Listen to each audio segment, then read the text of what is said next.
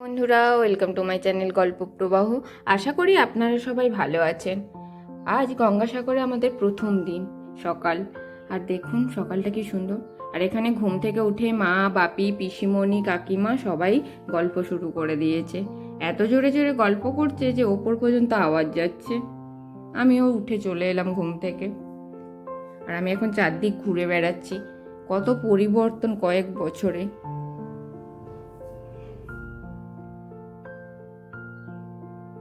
আর এই দেখুন কাকিমার কাঠের জ্বালানির উনুন। গ্যাসে রান্না করলেও উনুন দরকার।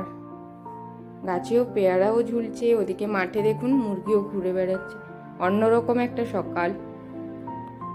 আর এই পিসিমণি এখন মায়ের মন্দির পরিষ্কার করছে। পিসিমণি বাবার বাড়ি এলে এই মন্দিরের দায়িত্ব নিয়ে নেয়। কয়েকদিন এখন কাকিমার ছুটি থাকে। যদিও আজকে বিকেলে পিসিমণি চলে যাবে, তবুও এই কাকুর বাড়ির এই মন্দির হলো আমাদের একটা ভালো লাগার জায়গা। আর মা আর কাকিমা গল্প শুরু করে দিয়েছে সকালে উঠেই। দেখুন না কিরকম দুই যা মনের সব কথা বলছে। অনেক বছর পর দেখা তো, তাই দুজনের খুব ভাবও। যায় যায় তো খুব একটা ভাব হয় না, এই দুই জায়ের খুব ভাব। আর বাপি দেখুন সকাল সকাল রেডি। আর বোন এখন মামা আর মামিকে গান শোনাচ্ছে। কবে আবার মামা মামির সঙ্গে দেখা হবে।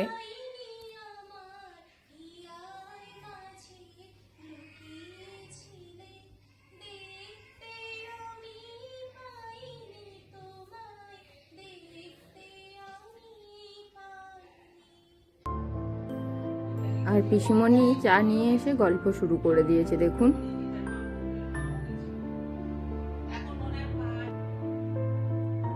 তো আমরা অবশেষে রেডি হয়ে গঙ্গা স্নানের জন্য বেরিয়ে পড়লাম।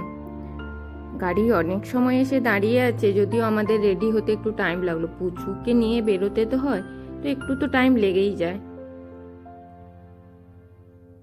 পিসিমণি আর কাকিমা আমাদের গাড়ি পর্যন্ত এগিয়ে দিচ্ছে।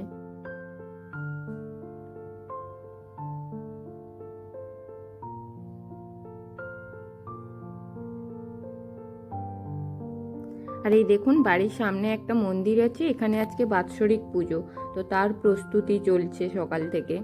তো যাওয়ার আগে একটা সেলফিও তুলে নিলাম। আর এই দেখুন গঙ্গাসাগরের রাস্তাঘাট। গতদিন আসার সময় তো অন্ধকার হয়েছিল, তো সেই কারণে আর রাস্তাঘাট দেখাতে পারিনি। এখন দেখুন দিনের আলোতে কি দারুণ রাস্তাঘাট। কোথাও মানে একটু খানাখন্দ কিছুই নেই।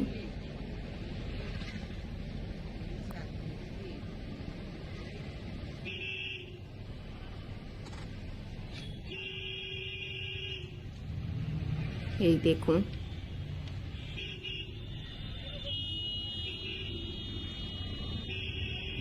চলে এসছে একদম গঙ্গাসাগরের কাছাকাছি।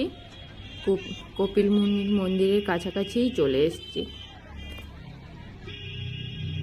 এই দেখুন লোকের দল বেঁধে যাচ্ছে কিভাবে। আর দেখুন কি ভয়ঙ্করভাবে রাস্তা পারাপার হচ্ছে।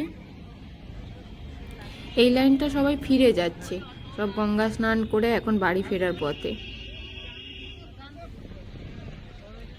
বাস অনেকটা দূরে নামিয়ে দিচ্ছে, টোটোগুলো অনেকটা ভেতর পর্যন্ত যাচ্ছে।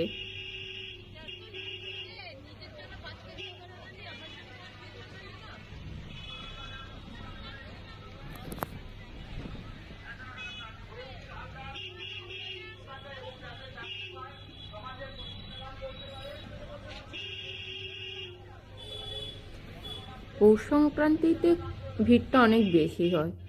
মাঘী পূর্ণিমাতে খুব একটা ভিড় হয় না, কিন্তু অন্যান্য বছরের তুলনায় এবছর একটু ভিড় আছে।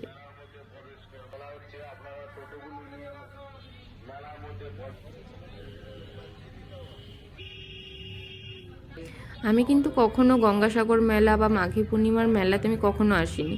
যখনই এসছি ফাঁকা সময় এসছি, এরকম ভিড় ভাট্টা কিছুই দেখিনি কখনো। দেখুন পুজো দেওয়ার লাইনটা কি বড়, লম্বা একটা লাইন।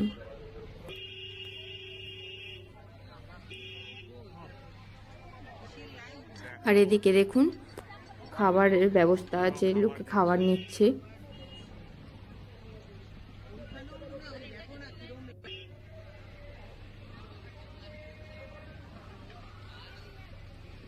আর এখানে কাকু একটা রুম নিয়ে রেখেছে, রুমের ব্যবস্থা করে রেখেছে, আমরা এখন ওখানেই যাচ্ছি। ব্যাগপত্র রেখে দিয়ে তারপরে গঙ্গা স্নানে যাব। এই চলে এসেছি সাগর কটেজে।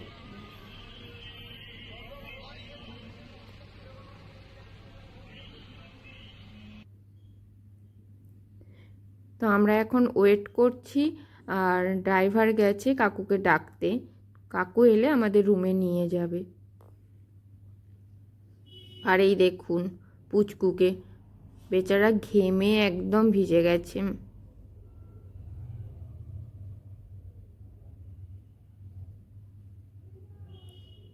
কাকুও চলে এসছে, আমরাও চলে এসছি রুমে।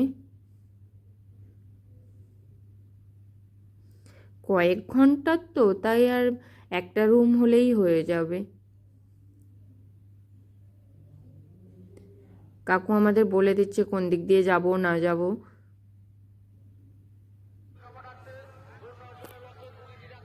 কাকু বলে দিলে কি হবে, সঙ্গে একজনকে পাঠিয়েছে যাতে আমরা ঠিকঠাক ঘাটে যেতে পারি। অ্যাকচুয়ালি আমরা একটু ভিড়টা এড়াতে চাইছি, যেই ঘাট ফাঁকা থাকবে আমরা ওখানে স্নান করতে চাইছি। তো একজনকে আমাদের সঙ্গে পাঠিয়েছেন, যিনি আমাদের ঘাটটা দেখিয়ে দেবেন। আর এই দেখুন মাঘী পূর্ণিমার রথ। অনেক জায়গায় মাঘী পূর্ণিমাতে রথ বেরোয়, তো এখানেও সেরকম রথ বেরিয়েছে।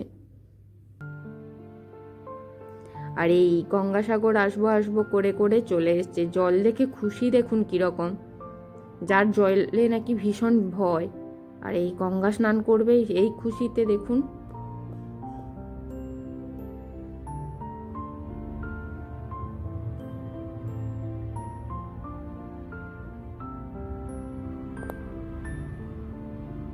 এই দেখুন ডুব দিচ্ছে কিভাবে।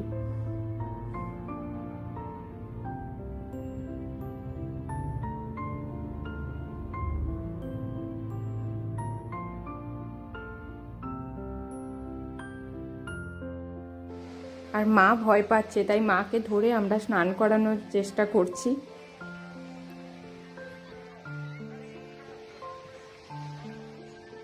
তো ভয় কাটিয়ে মা এখন ডুব দিল, আমরা একটু ছবিও তুলে নিচ্ছি। এগুলোই তো স্মৃতি হয়ে থেকে যাবে আমাদের কাছে। আবার কবে দেখা হবে না হবে, সবাই কর্মজীবনে যা ব্যস্ত আমরা। আর এই দেখুন কপিল মুনির আশ্রম। পুজো দেওয়ার লাইনটা এখন অনেকটাই কমে গেছে, যদিও আমি মন্দিরে যাইনি, কারণ পুচকু ঘুমিয়ে পড়েছিল, ওকে নিয়ে আমি রুমে ছিলাম, আর সবাই গিয়ে পুজোটা দিয়েছে। তো আমি সেই ভিডিওটা আপনাদের সামনে তুলে ধরছি।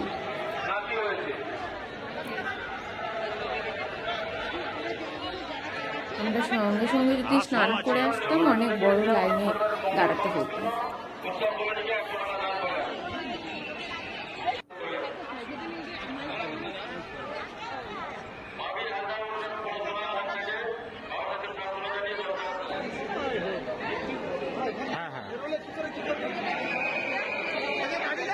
লাইন আছে তো।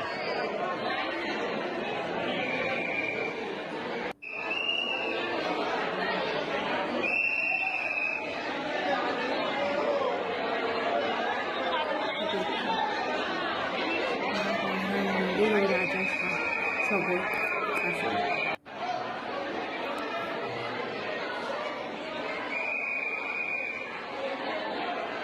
শিব মন্দির, মা বিশালক্ষী, দেবরাজ ইন্দ্র।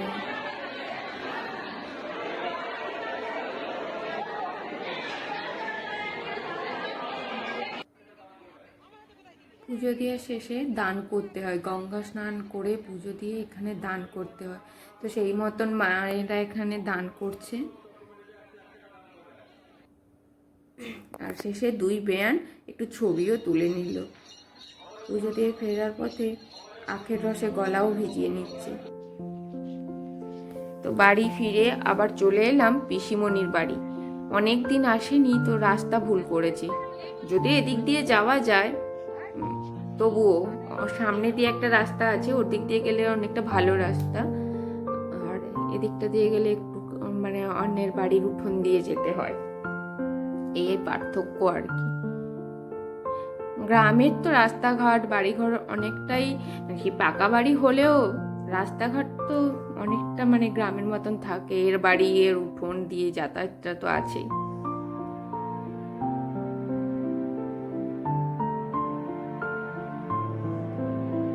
আমার পিসিমণির নাতি এসছে আমাদের নিতে, আমরা রাস্তা পাই মানে ভুল করেছি, ফোন করতেই পাঠিয়ে দিয়েছে। একদিক দিয়ে পিসিমণি গেছে আমাদের নিতে, আর একদিকে নাতিকে পাঠিয়েছে।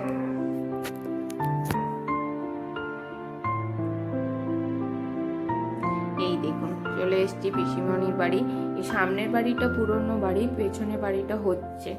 আর এই দেখুন পুচকুকে, এর বয়স কত জানেন? মাত্র 1.5 মাস। আমরা আসতেই বৌদি এই ননদের ছেলের কাছে মেয়েকে রেখে দিয়ে আমাদের আপ্যায়নের জন্য ব্যস্ত হয়ে গেছে। আর রাইকে দেখুন বাবার সঙ্গে ছাগল আর মুরগি ঘুরে বেড়াচ্ছে, এইসব দেখতে চলে গেছে। কি খুশি!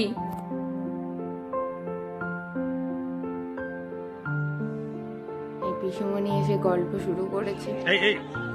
পিসিমণি তো খুব খুশি আমরা এসেছি। ঠান্ডা লাগলে কি হবে? কে কষ্ট পাবে? আর রাই দেখুন দেখছি কি করে আমি কার কোলে।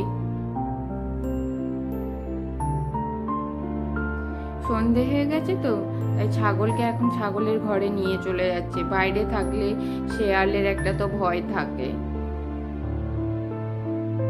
আর রাই ওইগুলো দেখবে। পিসিমণির জন্য মা শাড়ি নিয়ে এসছে, পিসিমণিকে দিয়ে দিল। আর মা এখন দাদার মেয়েটাকে নিতে চাইছে, কিন্তু আমাদের পুচকি এখন সেটা তো মেনে নেবে না, মামা অন্য কাউকে নেবে।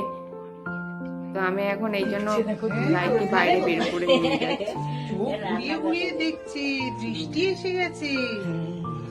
কি গো? ওই মাগুর